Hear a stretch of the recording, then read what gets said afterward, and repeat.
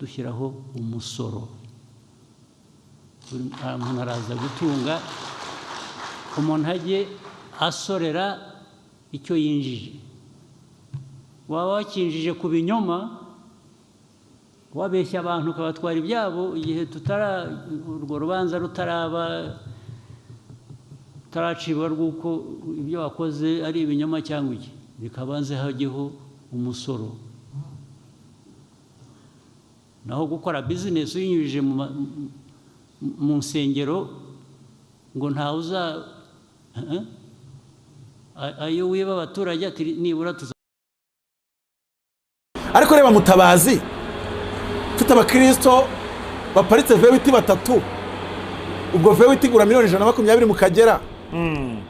Mfite abaparitse Range Rover batanu, bwa burava bwa miliyoni 37 bungahe, bakambwira ko ibisabwa ari miliyoni 100 nkazibaburamo. Ubwo icyo gihe narwifungira, nasayize ngo leta niyo aza kurufunga narwifungira kajya gushaka amavuta. Narahiye Uwiteka ninguma muri uyu murimo,